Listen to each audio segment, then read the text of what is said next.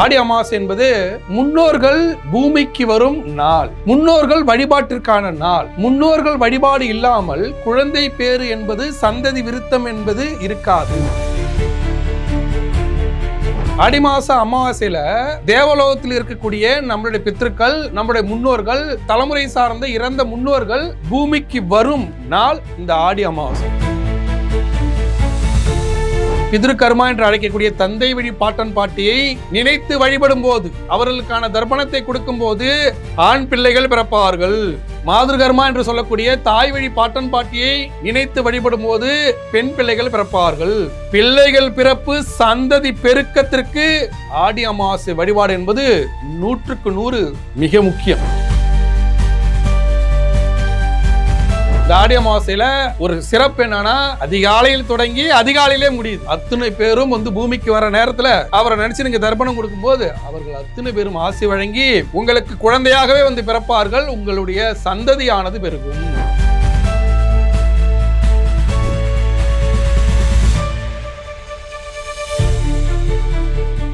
ஆன்மீக பந்தம் வலையொலி காணொலி நேயர்கள் அனைவருக்கும் வணக்கம். இந்த பதிவில் நாம் எதை பற்றி பேச போகிறோம்னா, ஆடி அமாவாசை ஒவ்வொரு மனிதனும் தெரிந்து கொள்ள வேண்டிய மிக முக்கியமான பதிவு. இந்த ஆண்டு ஆடி அமாவாசை என்பது வருகிற 12/8/2026 ஆடி மாதம் 27ஆம் தேதி புதன்கிழமை அதிகாலை 2:11 அடுத்த நாள் 13/8/2026 அதிகாலை 2:16 வரை அமாவாசை திதியானது இருக்கிறது. இந்த ஆடி அமாவாசை ஏன் சிறப்பு, அதில் எப்படியெல்லாம் வழிபட வேண்டும் என்பதை இந்த காணொலியில் நம்ம பார்க்க இருக்கோம். ஆடி அமாவாசை என்பது முன்னோர்கள் பூமிக்கு வரும் நாள், முன்னோர்கள் வழிபாட்டிற்கான நாள். முன்னோர்கள் வழிபாடு இல்லாமல் குழந்தை பேறு என்பது, சந்ததி விருத்தம் என்பது இருக்காது.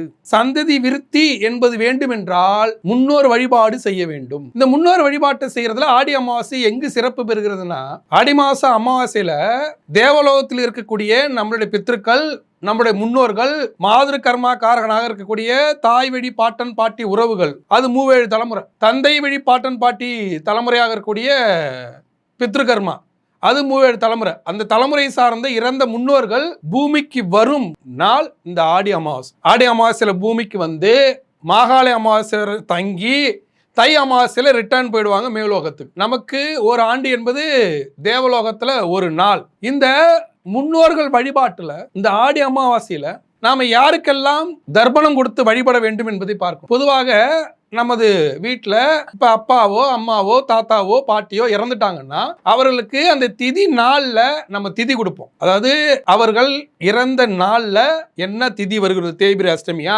தேய்பிரை நவமியா, வளர்பிறை சஷ்டியா, எந்த திதி வருகிறதோ அந்த திதி நாளில் அவர்களை நினைத்து, ஆவணி மாத தேய்பிரை சஷ்டி, எங்க அப்பா இறந்துட்டாங்க அப்படின்னா அதே ஆண்டு ஆவணி மாத தேய்பிரை சஷ்டி அன்னைக்கு அந்த திதி நாள்ல அவர்களுக்கு திதி கொடுப்போம்.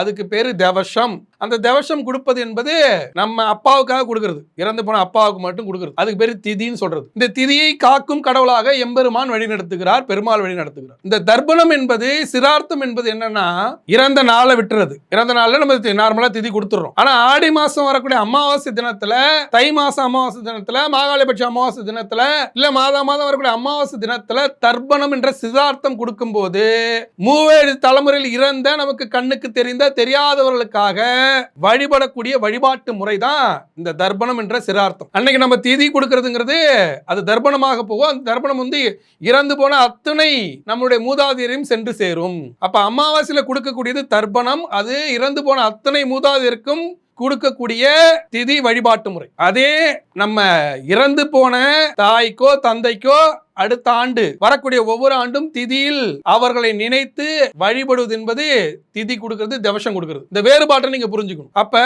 நான் மாசம் அமாவாசையில நான் தர்ப்பணம் கொடுக்குறேன், ஆடி அமாவாசையில தர்ப்பணம் கொடுக்குறேன், மாகாள பட்சத்துல தர்ப்பணம் கொடுக்குறேன், தை அமாவாசையில தர்ப்பணம் கொடுக்குறேன், காசிக்கு போனா தர்ப்பணம் கொடுக்குறேன் அப்படின்னா அதுக்கு தர்ப்பணம்.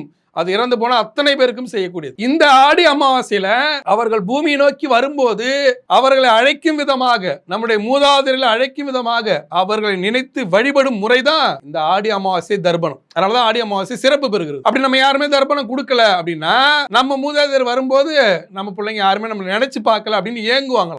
அவர்களுடைய ஆசீர்வாதம் நமக்கு கிடைக்காமல் போயிடும். அதனாலதான் அந்த நேரத்தில் போய் தர்ப்பணம் கொடுக்கிறது. இந்த ஆண்டு வரக்கூடிய ஆடி மாசம் 27ஆம் தேதி புதன்கிழமையில வருது. புதன் பெருமாளுக்கு உகந்த நாள். திதிக்காரகன் பெருமாள், தர்ப்பணக்காரகன் சிவபெருமான். அந்த பெருமாளுக்கு உகந்த நாளில் இந்த ஆண்டு வருவது என்பது சிறப்பை தரும். அப்ப இந்த ஆண்டுல என்னன்னா, ஒருத்தர் இறந்துட்டார்னா அவங்க அப்பா இறந்துட்டா மகன் கொடுக்கலாம். அதே மாதிரி கணவனுக்காக மனைவி கொடுக்கலாம். அதே போல தாய்க்காக மகன் கொடுக்கலாம், மனைவிக்காக கணவன் கொடுக்கலாம். இது எல்லாம் கொடுக்கலாம். அதே சமயத்துல சுமங்கலியா இருக்கக்கூடிய ஒரு பெண்ணானப்பட்டவள் தன்னுடைய இறந்த மூதாதையருக்கு கணவன் உயிரோடு இருக்கும் போது திதியோ தர்ப்பணமோ செய்யக்கூடாது, வெறும் வழிபாடு தான் செய்ய முடியும். அதே போல ஒருத்தருக்கு நீங்க இருக்கீங்கன்னா உங்க அப்பா அம்மா உயிரோடு இருக்கும்போது உங்களுடைய மூதாதையர் பாட்டன் பாட்டிக்கு தர்ப்பணம் செய்ய முடியாது, வெறும் வழிபாடு தான் செய்ய முடியும். எள்ளும் தண்ணி இறைக்க முடியாது. எள்ளும் தண்ணி இறைச்சி தர்ப்பணம் செய்வது என்பது கடற்கரையிலேயோ ஆற்றங்கரையிலேயோ இல்ல வீட்டிலேயே ஐயரை வச்சோ தர்ப்பணம் செய்வது, அமாவாசை வழிபாடு செய்வது என்பது சந்ததி பெருக்கத்தை உருவாக்கும், குழந்தை பேர் இல்லாத தன்மையை தடுக்கும். ஏன்னா இப்பெல்லாம் எல்லா இடத்துலயும் ஃபெர்டிலைசி சென்டர் என்று சொல்லக்கூடிய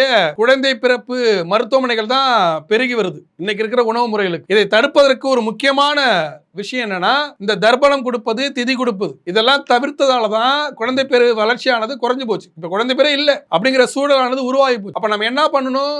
கண்டிப்பாக மூதாதிற்கு தர்ப்பணம் கொடுக்கணும். தெரிந்தவர்கள், தெரியாதவர்கள், அறிந்தவர்கள், அறியாதவர்கள் ஐயர் சொல்லுவாங்க. அப்ப அத்தனை தலைமுறைக்கு 7 தலைமுறைக்கும் உட்கார்ந்து தர்ப்பணம் கொடுக்கும்போது, எள்ளுந்தண்ணி இறைச்சி தர்ப்பணம் கொடுக்கும்போது அத்தனை பேரும் பூமிக்கு வர நேரத்துல அவரை நினைச்சு நீங்க தர்ப்பணம் கொடுக்கும்போது அவர்கள் அத்தனை பேரும் ஆசி வழங்கி உங்களுக்கு குழந்தையாகவே பிறப்பார்கள். உங்களுடைய சந்ததியானது பெருகும்.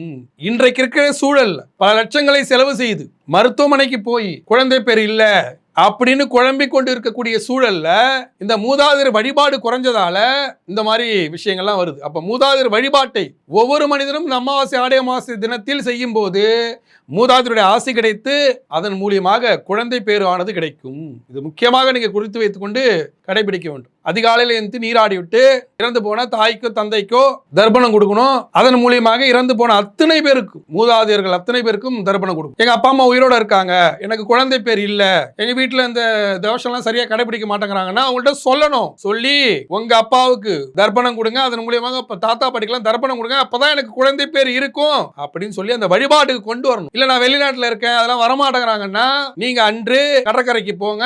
கடற்கரையில போய் உங்க தாத்தா பாட்டிக்கு என்ன பிடிக்குமோ, என்ன அவர்கள் சாப்பிடுவார்களோ, ஒரு பொரிகளையா இருக்கலாம், ஒரு ஸ்வீட் இருக்கலாம், ஒரு பழம் இருக்கலாம்.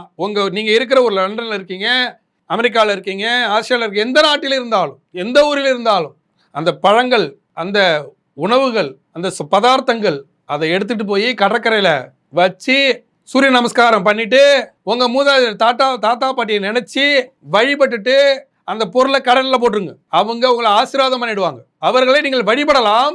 தர்ப்பணம் கொடுக்க முடியாது. உங்க அப்பா அம்மா செய்யலனா அது உங்களுக்கு பாவம் இல்லை.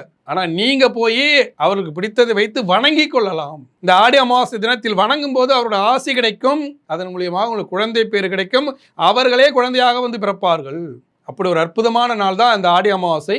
இந்த ஆடி அமாவாசையில ஒரு சிறப்பு என்னன்னா, அதிகாலையில் தொடங்கி அதிகாலையிலே முடியுது. ஃபுல் டே இருக்கு. எனக்கு காலையில அலுவலக வேலையா இருந்துட்டேன், மதியம் போலனா கண்டிப்பா மதியம் போய் செய்யலாம். காலையில தான் அதிகாலை தான் செய்யணும் அப்படின்றது இல்லை. நினைப்பது என்பதே இங்க ரொம்ப முக்கியம். அவர்களை வழிபடுவது என்பதே ரொம்ப முக்கியம். இந்த ஆடி அமாவாசையில காசி, ராமேஸ்வரம், சேதுக்கரை, திருவெண்காடு, அருகில் உள்ள சிவாலயங்கள், அருகில் உள்ள ஆற்றங்கரை, குளத்தங்கரை, பவானி, டேம்ல எல்லா இடத்துலையும் நீங்க அந்த தர்ப்பணமானது கொடுக்கலாம். இந்த தர்ப்பணத்தின் மூலியமாக உங்கள் இறந்து போன தாய் தந்தை மட்டுமல்ல, மூதாதையர்கள் அத்தனை பேருடைய ஆசையும் கிடைக்கும். அப்படி போகும்போது நீங்கள் சிவ வழிபாட்டிற்குரிய ஆளாக இருந்தால் சிவஸ்தலத்திற்கு போகலாம், விஷ்ணு வழிபாட்டுக்குரிய ஆளாக இருந்தால் விஷ்ணு வழிபாட்டுக்குரிய விஷ்ணு ஸ்தலத்துக்கு போகலாம். யாருடைய வழிபாட்டை உங்களுக்கு செய்கிறீர்களோ அவர்களிடத்திற்கு போய் பிதிருக்கர்மா என்று அழைக்கக்கூடிய தந்தை வழி பாட்டன் பாட்டியை நினைத்து வழிபடும் போது, அவர்களுக்கான தர்ப்பணத்தை கொடுக்கும் போது ஆண் பிள்ளைகள் பிறப்பார்கள். மாதிருகர்மா என்று சொல்லக்கூடிய தாய் வழி பாட்டன் பாட்டியை நினைத்து வழிபடும் போது பெண் பிள்ளைகள் பிறப்பார்கள். பிள்ளைகள் பிறப்பு சந்ததி பெருக்கத்திற்கு ஆடி அமாவாசை வழிபாடு என்பது 100க்கு 100 மிக முக்கியம். இந்த பதிவின் மூலியமாக நாம் தெரிந்து கொள்ள வேண்டியது என்னன்னா, ஆடி அமாவாசையில நம்ம என்ன பண்ணணும், என்ன பண்ணக்கூடாது. தர்ப்பணம் கொடுக்கணும், திதி கொடுக்கூடாது. தர்ப்பணம் என்பது நம்ம சொன்னதுதான், இறந்து போன அத்தனை பேருக்கும் செய்ய வேண்டியது. அப்பா அம்மா உயிரோடு இருந்தால் நம்ம செய்ய முடியாது, வெறும் வழிபாடு தான் செய்ய முடியும். கணவர் உயிரோடு இருந்தால் நம்ம திதி கொடுக்க முடியாது, வெறும் வழிபாடு தான் செய்ய முடியும். கணவர் இல்லைங்க அப்படின்னா கணவருக்கு திதி கொடுக்கும்போது எல்லாருக்கும் நீங்கள் சேர்த்து திதி கொடுத்தலாம், அது தர்ப்பணம் ஆகிடும். மனைவி இல்லை, மனைவிக்காக இப்போ உட்காந்து நீங்கள் கொடுக்கலாம். அப்படி கொடுக்கும்போது உங்கள் மூதாதையர் எல்லாத்தையும் அழித்து நீங்கள் கொடுத்துடலாம். அதன் மூலியமாக அந்த திதியானது தர்ப்பணமாக ஏற்றுக்கொள்ளப்படும். அதன் மூலயமாக முன்னோருடைய ஆசை கிடைக்கும். இதில் நீங்கள் பண்ணலைன்னா என்ன நடக்கும்? நம்முடைய முன்னோர்கள் பூமிக்கு புறப்படுவார்கள். வரும்போது எல்லாரும் அவங்கவுங்க பிள்ளைய வந்து திதி கொடுப்பாங்க. அவங்கவுங்க பிள்ளைய அவங்க மூதாதையரை அழைச்சிட்டு போயிடுவாங்க. நாம போய் கொடுக்காத போது நம்முடைய மூதாதையர்கள், நம்மளுடைய பெற்றோர்கள் நம்மளை கூட்டிட்டு போறதுக்கு, பூமிக்கு அழைச்சிட்டு போறதுக்கு நம்ம பிள்ளைங்க வரலையே என்று ஏங்குவார்கள். அவருடைய ஆசீர்வாதம் நமக்கு கிடைக்காது. இதில் ரொம்ப கவனமாக இருக்கும். அதனால் இந்த ஆடி அமாவாசையில் வரக்கூடிய 12ஆம் தேதி முழுமையாக நமது மூதாதையரை வழிபட்டு அவருடைய பிடித்த உணவுகளை வைத்து படைத்து தர்ப்பணம் கொடுத்து அவருடைய ஆசிகளை வாங்கி குழந்தை பேர் இல்லாத நிலைகளை மாற்றி நலமாக வளமாக வாழ வாழ்த்துக்கள். மீண்டும் ஒரு பதிவில் உங்களை சந்திக்கும் வரை உங்களது விடைபெறுவது உங்கள் வாழ்வியல் ஜோதிடர் டாக்டர் சீதா சுரேஷ். நன்றி, வணக்கம்.